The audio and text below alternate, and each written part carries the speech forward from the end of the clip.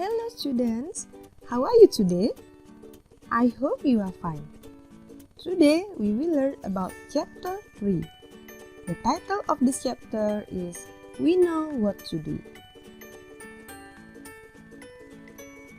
In this chapter, we will learn about 3 things. The first one is how to express obligation.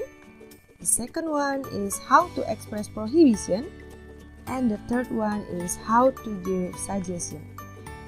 But for today's meeting, we only learn 2 things.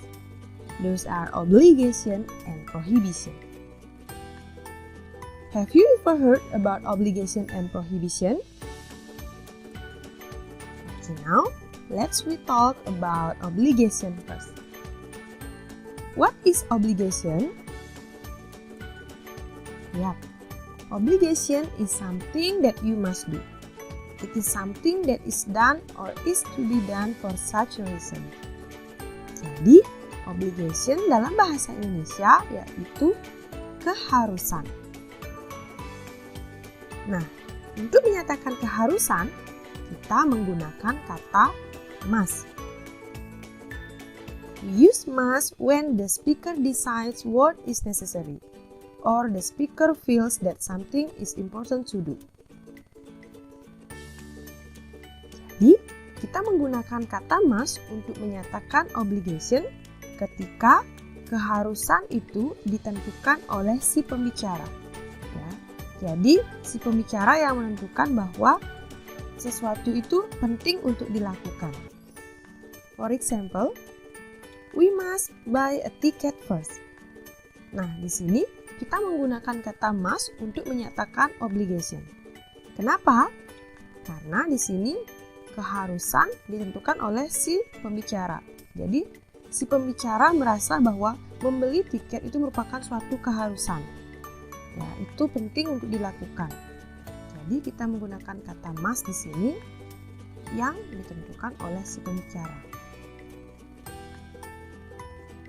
Untuk menyatakan obligation menggunakan kata must, polanya adalah must diikuti dengan verb 1. Jadi seperti contoh ya, must diikuti dengan kata by. Oke, selain menggunakan must, if you want to say about obligation, you also can use have to or has to. We use have to or has to when the necessity comes from the situation or the necessity comes from someone else. Jadi, penggunaan have to atau has to untuk menyatakan obligation digunakan ketika kewajiban atau keharusan itu ditentukan oleh orang lain atau ditentukan oleh situasi. Nah, jadi ada situasi tertentu sehingga ada keharusan atau kewajiban yang harus dilakukan. For example, I have to go home now.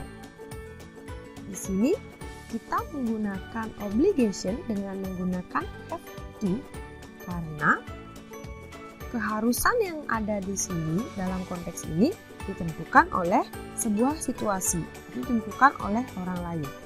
My mother has called me. I have to go home now. Ya, jadi penggunaan have to di sini karena ada situasi, yaitu situasinya adalah my mother has called me. Jadi keharusan di sini menggunakan kata have to yang disebabkan oleh situasi di mana ibunya telah menelponnya sehingga dia harus pulang ke rumah. Nah, untuk menyatakan obligation menggunakan have to atau has to, polanya adalah have to or has to ditambah dengan verb 1. Jadi hampir sama dengan must ya. Hanya saja di sini ada have to dan juga has to. Do you still remember when do we use have to and when do we use has to? Ya, have to digunakan pada saat subjeknya Ayu Dewi. Has to digunakan pada saat subjeknya he, she, it. Nah, selanjutnya, tadi kita sudah belajar menggunakan must and have to untuk menyatakan obligation.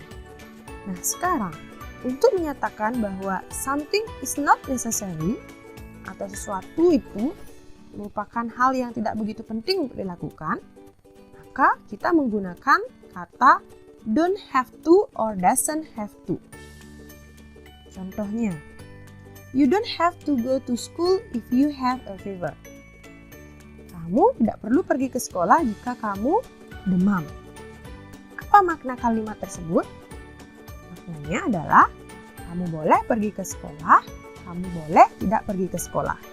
Jadi itu merupakan sesuatu yang tidak begitu penting, ya.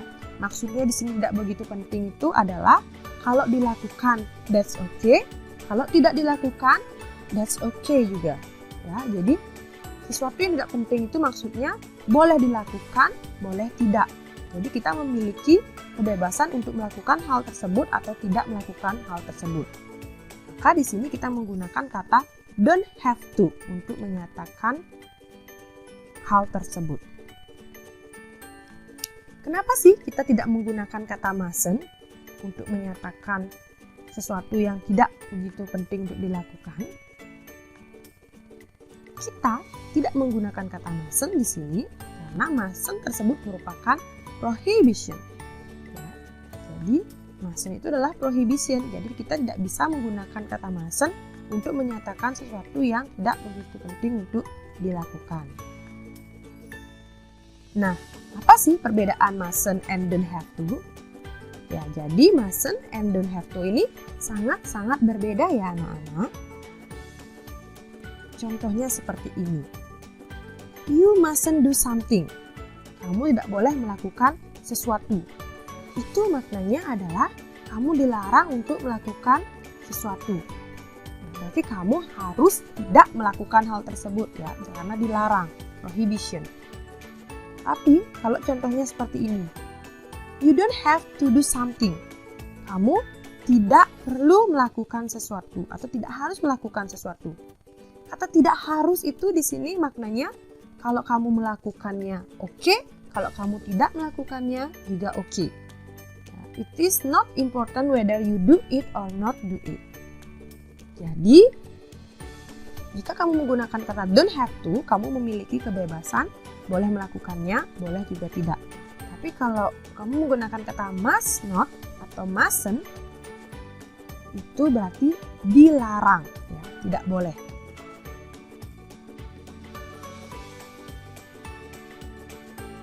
Okay, now the summary. Jadi, tadi sudah ada kata must, have to, and don't have to.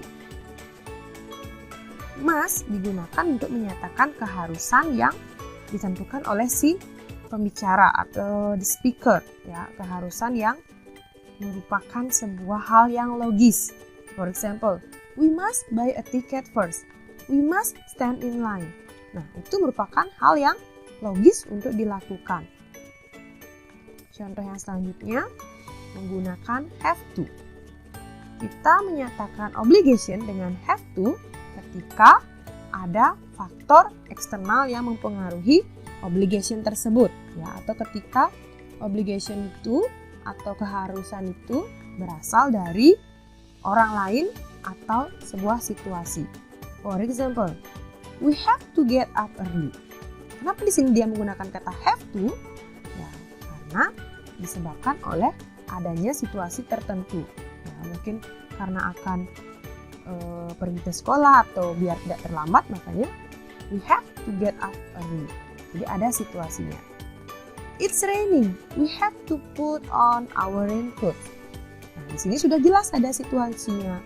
It's raining, itu adalah situasinya. Jadi kita menggunakan kata have to untuk menyatakan keharusan agar menggunakan jas hujan. But if you have freedom to do or not to do something, ya, jika kamu memiliki kebebasan untuk melakukan sesuatu atau tidak melakukan sesuatu, seperti yang tadi sudah Miss jelaskan, kita menggunakan kata don't have to. You don't have to get up early. It's a holiday. Jadi kita tidak perlu bangun pagi karena sekarang adalah hari libur. Jika kalian bangun pagi, nggak apa-apa. Jika tidak bangun pagi juga tidak apa-apa.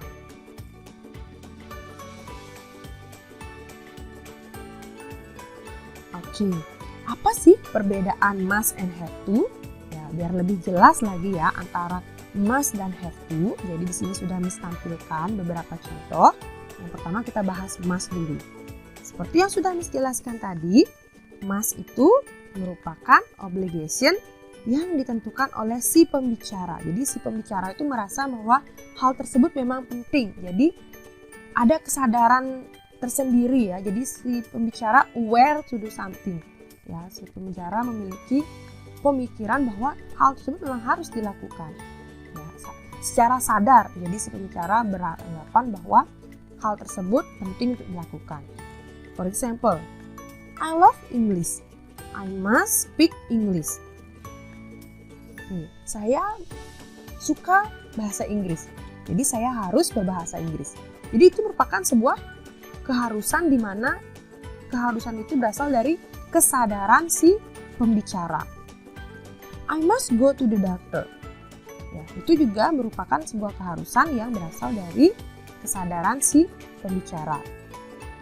Nah, bagaimana dengan have to? Have to merupakan obligation atau keharusan yang berasal dari faktor eksternal. Jika kamu tidak melakukan hal tersebut, maka akan ada konsekuensinya atau ada efeknya. For example, when I work in this company, I have to speak English. Kalau tadi yang menggunakan kata must, I love English, I must speak English, itu merupakan sebuah kesadaran. Tapi kalau yang contoh ini, yang have to, I have to speak English because I work in this company. Jadi kalau dia tidak berbicara menggunakan bahasa Inggris, kemungkinan akan ada konsekuensi yang dia dapatkan ketika bekerja di perusahaan ini. Jadi ada situasinya, ada faktor eksternal yang mempengaruhi why that person has to speak English. Jadi ada yang mempengaruhi kenapa dia harus menggunakan atau berbicara menggunakan bahasa Inggris. Yang mempengaruhi itu adalah karena dia bekerja di sebuah perusahaan. And of course, if she or he doesn't speak English, she or he will get a punishment or something ya jadinya. Jadi itu ada faktor eksternalnya. Contoh yang kedua, she has to see the doctor every 2 weeks. Kenapa di sini dia menggunakan kata has to? Karena ada faktor eksternalnya. Kemungkinan faktor eksternalnya yaitu dia akan mendapat konsekuensi tertentu jika tidak pergi ke dokter setiap 2 minggu sekali ya. Mungkin kesehatan memburuk atau apa ya, harus check up dia setiap 2 minggu sekali dan sebagainya. Jadi ada faktor eksternal yang mempengaruhinya. Oke, sampai di sana apakah sudah ada bayangan sedikit yang mana must, yang mana have to? Oke, semoga sudah jelas ya. Okay, so far, do you have any question?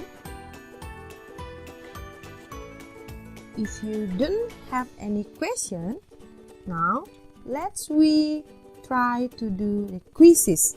I will give you some question and please do the quizzes to check your understanding. Okay, that's all for today's meeting. Thank you so much for your attention.